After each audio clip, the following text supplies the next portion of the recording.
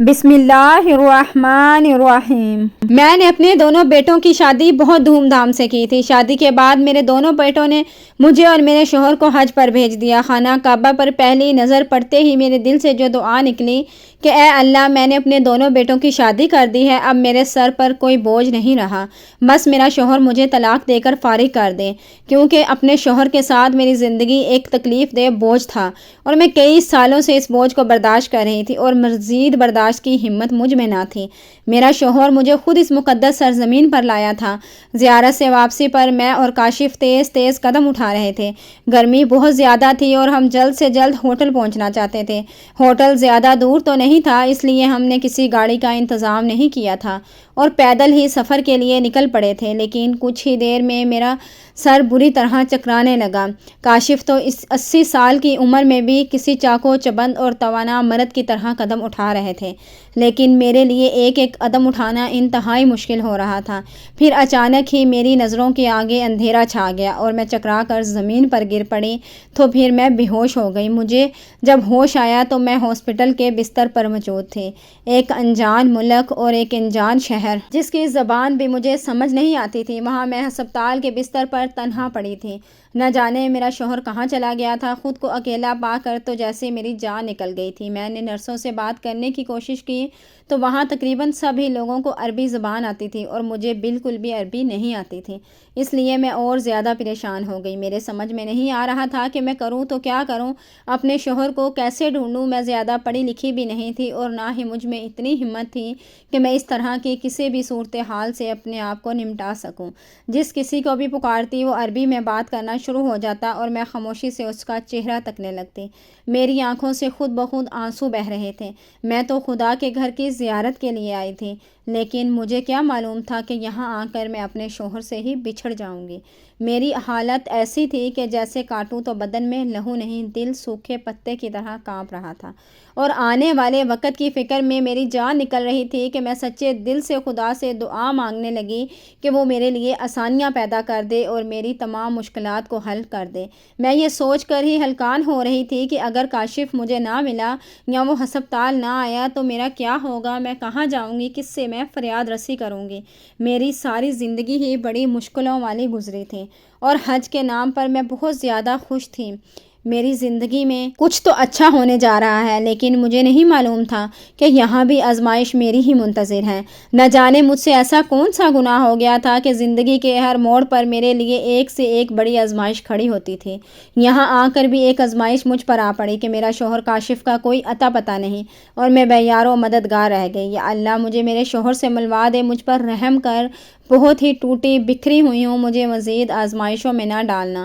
میں ہاتھ پھیلائے روتے ہوئے گڑ گڑا رہی تھی۔ خدا کے بعد مجھے یہاں کسی کا آسرا نہیں تھا۔ دعا مانگتے ہوئے کچھ ہی دیر گزری تھی کہ ایک عربی ڈاکٹر میرے قریب آیا اور مجھے اس طرح روتا دیکھ کر بہت آہستہ سے اردو زبان میں کہنے لگا، خیریت تو ہے، آپ اس طرح کیوں رو رہی ہیں؟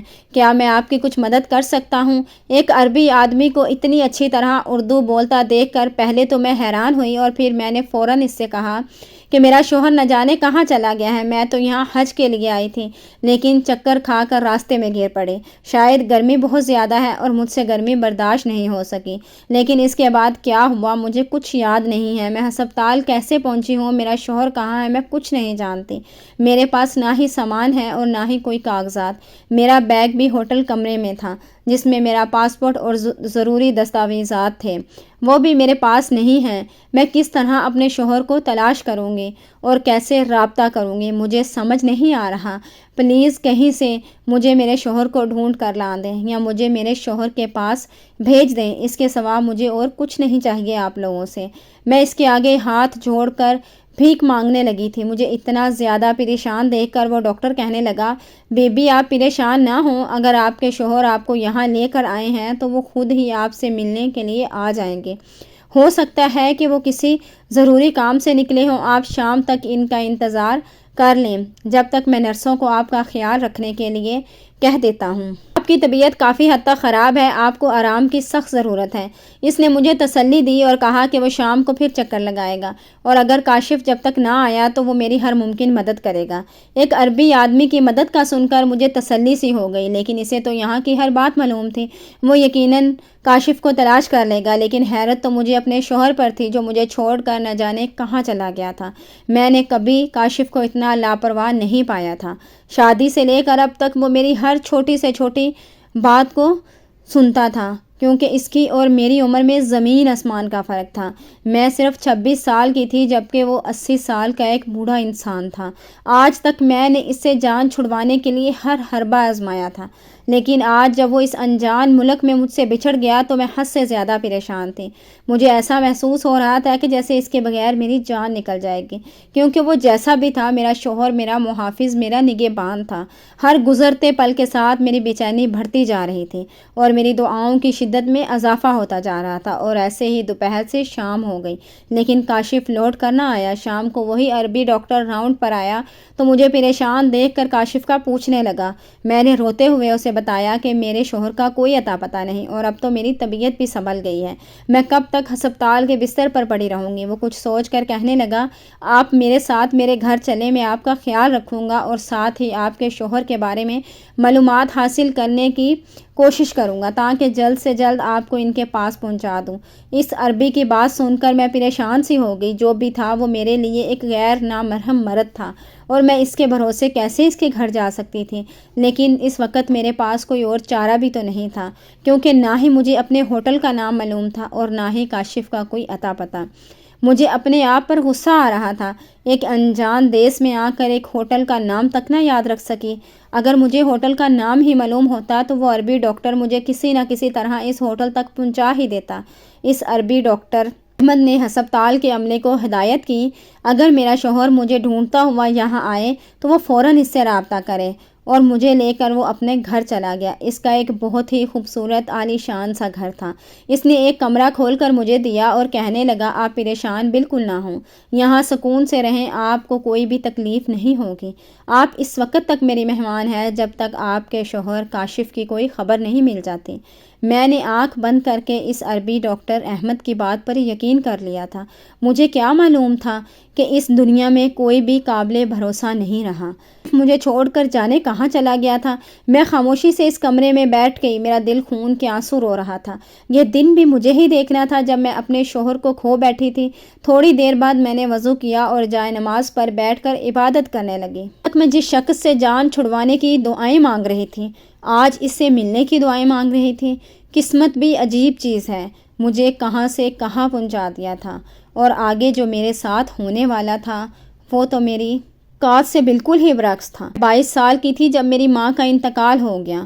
ماں کے مرنے کے بعد میری پھپھو نے میرا جینا مشکل کر دیا۔ دراصل ان کا بیٹا مجھے پسند کرتا تھا اور وہ مجھ سے جان چھڑانا چاہتی تھی، اس لیے انہوں نے ابا کے آگے ہمیشہ میری کردار کشی کی اور ابا کو یہی بتایا کہ میں ابا کے کام پر جانے کے بعد محلوں کے لڑکوں سے چکر چلاتی ہوں۔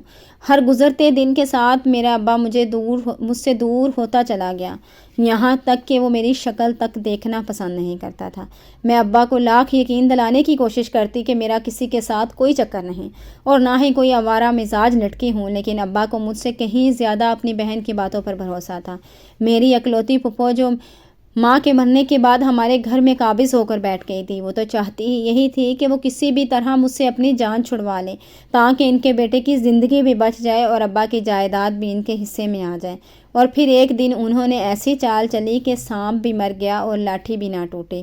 پھپھو بازار جا رہی تھی اور جاتے جاتے انہوں نے گلی کے ایک آوارہ لڑکے کو یہ کہہ کر ہمارے گھر بھیج دیا کہ میں نے اسے کسی کام سے بلایا ہے۔ وہ لڑکا آ گیا کیونکہ میں خوبصورت بھی تھی اور جوان بھی۔ اسے کیا معلوم تھا کہ پھپھو نے کیسا جال بچھایا ہوا ہے۔ پیچھے سے نہ صرف ابا کو بلکہ اپنے بیٹے کو بھی بھیج دیا اور ان دونوں کی نظر میں بدکردار ثابت ہو گئی۔ میں بہت روئی، گڑ گڑائی، ابا کو یقین دلانے کی کوشش کرنے لگی کہ میرا اس کے ساتھ کوئی تعلق واسطہ نہیں ہے، لیکن پھپھو کی چال بہت ہی کامیاب نکلی تھی۔ میرے لاکھ رونے کے باوجود بھی ابا نے میری ایک نہ سنی اور میرا نکاح ایک ایسے انسان سے کر دیا جس کی بیوی فوت ہو گئی تھی اور اس کے 2 جوان بیٹے بھی تھے۔ یہ مشورہ بھی میری پھپھو نے ہی ان کو دیا تھا، اسے سزا کے طور پر ایک بوڑھے کے ساتھ رخصت کر دو تاکہ اسے پتہ چلے کہ باپ کی عزت کو روندنے والوں کی سزا کیا ہوتی ہے۔ میں ابا کے حکم پر کاشف کی دلہن بن گئی تھی۔ کی محبت کو دل میں لینے میں کاشف کے ساتھ رخصت ہو گئی، لیکن میں نے دل سے اسے کبھی اپنا شوہر نہیں مانا تھا، اور اس کے دونوں بیٹوں کے سامنے جاتے ہوئے مجھے شرم آتی تھی، کیونکہ وہ تو دونوں شادی کے لائق ہو چکے تھے اور شادی کے بعد وہ اپنے الگ الگ مکان میں شفٹ ہونا چاہتے تھے۔ اسی لیے انہوں نے پہلے اپنے بوڑھے باپ کی شادی کر دی تاکہ ان کے جانے کے بعد کوئی عورت ان کے باپ کو سنبھالے۔ کاشف کو یہی بتایا گیا تھا کہ میں نے یہ شادی اپنی مرضی سے کی ہے، لیکن شادی کی رات ہی میں نے اسے بتا دیا تھا کہ میں اس شادی پر خوش نہیں ہوں۔ میرا شوہر ایک اچھا انسان تھا، اس نے میرے ساتھ کبھی کوئی زبردستی نہیں کی، بلکہ مجھے میرے حال پر چھوڑ دیا تھا، اور ایسے ہی ہم دونوں ایک دوسرے کے ساتھ مجبوری میں وقت گزارنے لگے تھے۔ میرے شادی کے 1 سال بعد کاشف نے اپنے دونوں بیٹوں کا رشتہ طے کر دیا اور بہت جلد شادی کی تاریخ بھی رکھ دی گئی۔ میں دن رات دعائیں مانگتی تھی کسی نہ کسی طرح کاشف سے میری جان چھوٹ جائے۔ میرے دل میں اظہر کی محبت اب بھی باقی تھی۔ کاشف کے دونوں بیٹے میری اور کاشف کی بہت عزت کرتے تھے، اور کاشف کے کہنے پر ہی میں نے ان کی شادی کی ساری شاپنگ کی تھی۔ کاشف نے دونوں بیٹوں کی شادی بڑی دھوم دھام سے کی تھی۔ شادی کے 1 ماہ بعد دونوں بیٹوں نے فیصلہ کیا کہ وہ ہم دونوں میاں بیوی کو حج پر بھیجنا چاہتے ہیں۔ حج کے نام پر میں بہت زیادہ خوش ہو گئی تھی۔ میں نے سوچا تھا کہ میں خدا کے گھر جا کر فریاد کروں گی، دعائیں مانگوں گی، ہو سکتا ہے میرے بھی دن پھر جائیں اور کاشف سے میری جان چھوٹ جائے۔ لیکن یہاں آ کر میں جس طرح کاشف سے بچھڑی تھی، اب تو میں دیوانوں کی طرح اس سے ملنے کی دعائیں مانگ رہی تھی۔ میں پوری طرح پھنس چکی تھی اور اب اس عربی ڈاکٹر کے رحم و کرم پر تھی۔ مجھے یقین تھا کہ وہ میری مدد ضرور کرے گا، لیکن رات ہونے کو آئی تھی، ڈاکٹر میرے پاس ہی نہیں آیا تھا۔ نیند میری آنکھوں سے کوسوں دور تھی۔ وہ عربی تو ساری رات گھر میں ہی موجود نہیں تھا، اور پھر صبح کے وقت جب وہ عربی ڈاکٹر گھر آیا تو اس نے مجھے بتایا کہ اس کی ہسپتال میں نائٹ ڈیوٹی تھی۔ اس کی بات سن کر میں دوبارہ سے رونے لگی تو وہ عربی مجھے یقین دلانے لگا کہ وہ ہر ممکن کوشش کرے گا اور میرے شوہر کو ڈھونڈ نکالے گا۔ دن تیزی سے گزر رہے تھے اور مجھے اس عربی مرد کے گھر آئے 5 دن ہو چکے تھے۔ اب تو میں اس کے گھر کے در و دیوار سے بھی مانوس ہو چکی تھی۔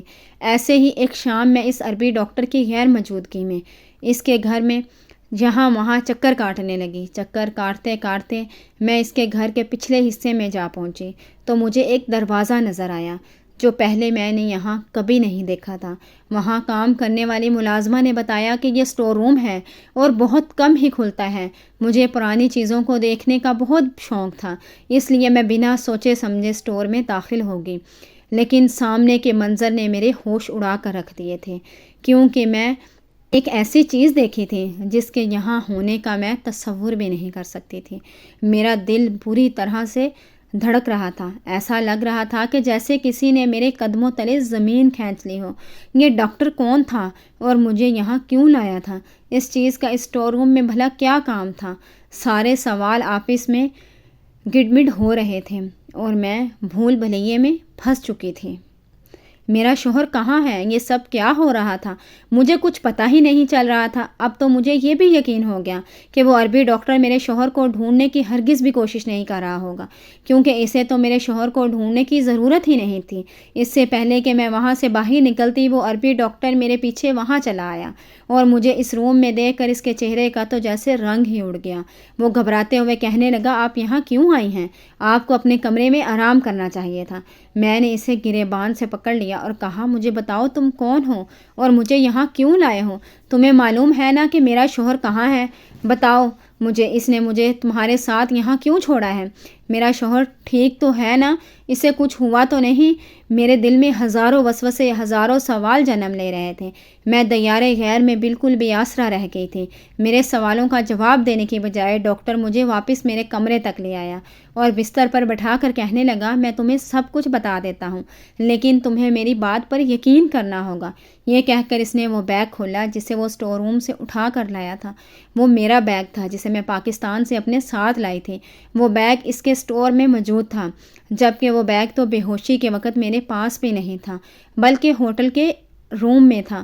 وہ تو اس کے پاس آیا تو کہاں سے آیا تھا؟ اسی سوال نے مجھے پریشان کر رکھا تھا۔ ڈاکٹر احمد نے وہ بیگ کھولا اور ایک خط نکال کر میرے ہاتھ میں تھما دیا، جس میں ایک خط کے ساتھ کچھ کاغذات بھی موجود تھے، جنہیں دیکھ کر تو جیسے میرے ہوش اڑ گئے تھے۔ اس خط میں کاشف نے لکھا تھا کہ مجھے معاف کر دینا، میری پیاری بیوی، میں نہیں جانتا تھا کہ تمہارے باپ نے تمہاری مرضی کے بغیر میرے ساتھ رخصت کر دیا ہے۔ میں نے زندگی کا 1 سال تمہارے ساتھ یہ سوچ کر گزارا کہ شاید میری محبت تمہارے دل کو موم کر دے۔ میں اس عمر میں شادی نہیں کرنا چاہتا تھا، مگر یہ فیصلہ بھی میرے دونوں بیٹوں نے کیا تھا۔ وہ میرے بیٹے کم اور میرے دوست زیادہ تھے۔ میرے بیٹوں نے ہماری زندگی میں خوشیاں بھرنے کی بے انتہا کوشش کی۔ میں بھی تمہارا دل جیتنے کی بہت زیادہ کوشش کی، مگر میں ناکام رہا۔ میں جان گیا تھا کہ میں تمہیں زبردستی اپنے ساتھ باندھے ہوئے ہوں اور یہ ظلم ہے۔ اسی لیے اس مقدس سرزمین پر آنے کے بعد میں نے اس بوجھ سے چھٹکارا پانا مناسب سمجھا اور میں تمہیں طلاق دے رہا ہوں۔ میری طرف سے تم آزاد ہو اور تم اپنی مرضی سے اپنی نئی زندگی شروع کر سکتی ہو۔ تمہاری بے ہوشی قدرتی طور پر نہیں تھی، بلکہ میں نے تمہیں بے ہوشی کی دوا دی تھی جس سے تم بے ہوش ہوئی تھی، اور میں نے جان بوجھ کر تمہیں ہسپتال میں چھوڑا تھا۔ ڈاکٹر احمد بہت ہی قابل ڈاکٹر ہے۔ وہ میرے ایک دوست کا بیٹا ہے۔ میں جانتا ہوں کہ وہ تمہارا بہت اچھے سے خیال رکھے گا، اور میں نے اسے کہا ہے کہ وہ تم سے شادی کر کے تمہاری زندگی کو سنوار دے۔ تم نے میرے ساتھ بہت عرصہ نہ کردہ گناہوں کی سزا بھگتی ہے، لیکن تمہیں بھی تو خوشیوں بھری زندگی ملنی چاہیے، کیونکہ تم اس کی حقدار ہو۔ صحیح وقت آنے پر ڈاکٹر احمد تمہیں میرے خط کے ساتھ ساتھ طلاق کے کاغذات بھی دے دے گا۔ شرعی طور پر جو کہ حکم بنتا ہے، تم اس حساب سے عدت پوری کر کے ڈاکٹر احمد سے شادی کر لینا۔ وہ 30 سال کا ایک جوان مرد ہے اور وہ بھی تم سے شادی کرنے کے لیے راضی ہے۔ اس کی رضامندی سے ہی یہ سب کچھ ہوا ہے، اور اس کے پاس نہ ہی پیسے کی کمی ہے اور نہ ہی اس میں کوئی برائی ہے۔ البتہ اس کے ماں باپ کافی عرصہ پہلے انتقال کر گئے تھے، اس لیے وہ تنہائی کا شکار ہے۔ تم اپنی محبت سے اس کی زندگی میں رنگ بھر دینا، وہ بھی تمہارے ذریعے اپنی کمیوں کو پورا کر لے گا اور تم دونوں ایک اچھی زندگی گزارو گے۔ میں اپنا حج مکمل کر کے واپس پاکستان لوٹ جاؤں گا اور دعا کروں گا کہ تم ہمیشہ خوش رہو۔ کاشف کا خط پڑھ کر میری آنکھوں سے آنسو بہنے لگے تھے۔ وہ مجھے طلاق دے کر لیے واپس جا چکا تھا۔ میری سالوں کی دعائیں قبول ہو گئی تھی۔ میں تو یہی چاہتی تھی کہ وہ مجھے آزاد کر دے اور میری شادی کسی جوان شخص سے ہو جائے، لیکن آج جب یہ ہو گیا تھا تو میرا دل بری طرح ٹوٹ چکا تھا، بکھر چکی تھی۔ کسی چیز کی چبھن تھی جو مجھے کھائے جا رہی تھی۔ ڈاکٹر احمد نے میرے کندھے پر ہاتھ رکھا اور کہنے لگا کہ میں یہ سب کچھ آپ کو فوراً نہیں بتا سکا کہ کہیں آپ اس بات کو برداشت نہ کر سکیں۔ کاشف جا چکا ہے، وہ آپ کو میرے حوالے کر گئے ہیں۔ اگر آپ کو اعتراض نہ ہو تو میں آپ سے شادی کرنا چاہتا ہوں۔ پل بھر میں مجھے ایسے لگا کہ جیسے میری دعائیں پوری طرح قبول ہو گئی ہیں، خاص کردہ وہ دعا جو میں نے بیت اللہ میں مانگی تھی، کیونکہ میں تو یہی چاہتی تھی کہ میری ایک 80 سالہ بوڑھے شخص سے جان چھوٹ جائے، اور آج میری جان چھوٹ گئی تھی۔ لیکن جو بھی ہوا تھا بہت اچانک ہوا تھا، اس لیے میں ذہنی طور پر اسے قبول نہیں کر پا رہی تھی، اور جب ڈاکٹر احمد نے پورے خلوص سے دوبارہ اپنا سوال دہرایا تو میں انکار نہ کر سکی۔ بڑے عرصے بعد میری زندگی میں خوشیوں کے رنگ کھل گئے تھے۔ اگر کسی بات کا دکھ تھا تو کاشف سے اس طرح اچانک بچھڑ جانے کا تھا۔ کاشف نے ثابت کر دیا تھا، ہر مرد ایک جیسا نہیں ہوتا۔ وہ میرے باپ اور اظہر کی طرح نہیں تھے۔ انہوں نے انسانیت کو ترجیح دی تھی اور مجھے آزاد کر کے ایک نئی زندگی میری جھولی میں ڈال دی تھی۔ عدت مکمل ہونے کے بعد میں نے ڈاکٹر احمد سے شادی کر لی۔ آج ہماری شادی کو 2 سال ہو گئے اور ہم سعودیہ میں ہی ایک اچھی زندگی گزار رہے ہیں۔ آپ نے بھی کاشف جیسے انسان دیکھے ہیں جو خود سے زیادہ اپنی زندگی میں شامل لوگوں کی خوشی کو ترجیح دیتے ہیں۔ کاشف نے اس طرح مجھے اچانک طلاق دے کر ٹھیک کیا تھا۔ وہ یہ سب مجھے بتا کر بھی تو کر سکتا تھا، لیکن شاید ان میں اتنی ہمت نہیں تھی کہ میرے منہ پر مجھے چھوڑ کر چلے جاتے، اسی لیے انہوں نے اس چور راستے کا انتخاب کیا۔ میں آج کاشف اور ان کے دونوں بیٹوں کے لیے دعائیں کرتی ہوں، اللہ تعالیٰ میرے ساتھ ساتھ ان کی زندگیوں میں بھی خوشیاں بھر دیں۔ کرتے ہیں آپ کو یہ خوبصورت سا واقعہ ضرور پسند آیا ہوگا۔ اگر واقعہ پسند آیا ہے تو ویڈیو کو لائک شیئر اینڈ کمنٹ ضرور کیا کریں، اور چینل کو سبسکرائب نہیں کیا تو پلیز ہمارے چینل کو سبسکرائب کر دیں۔ Thanks for watching. اللہ حافظ۔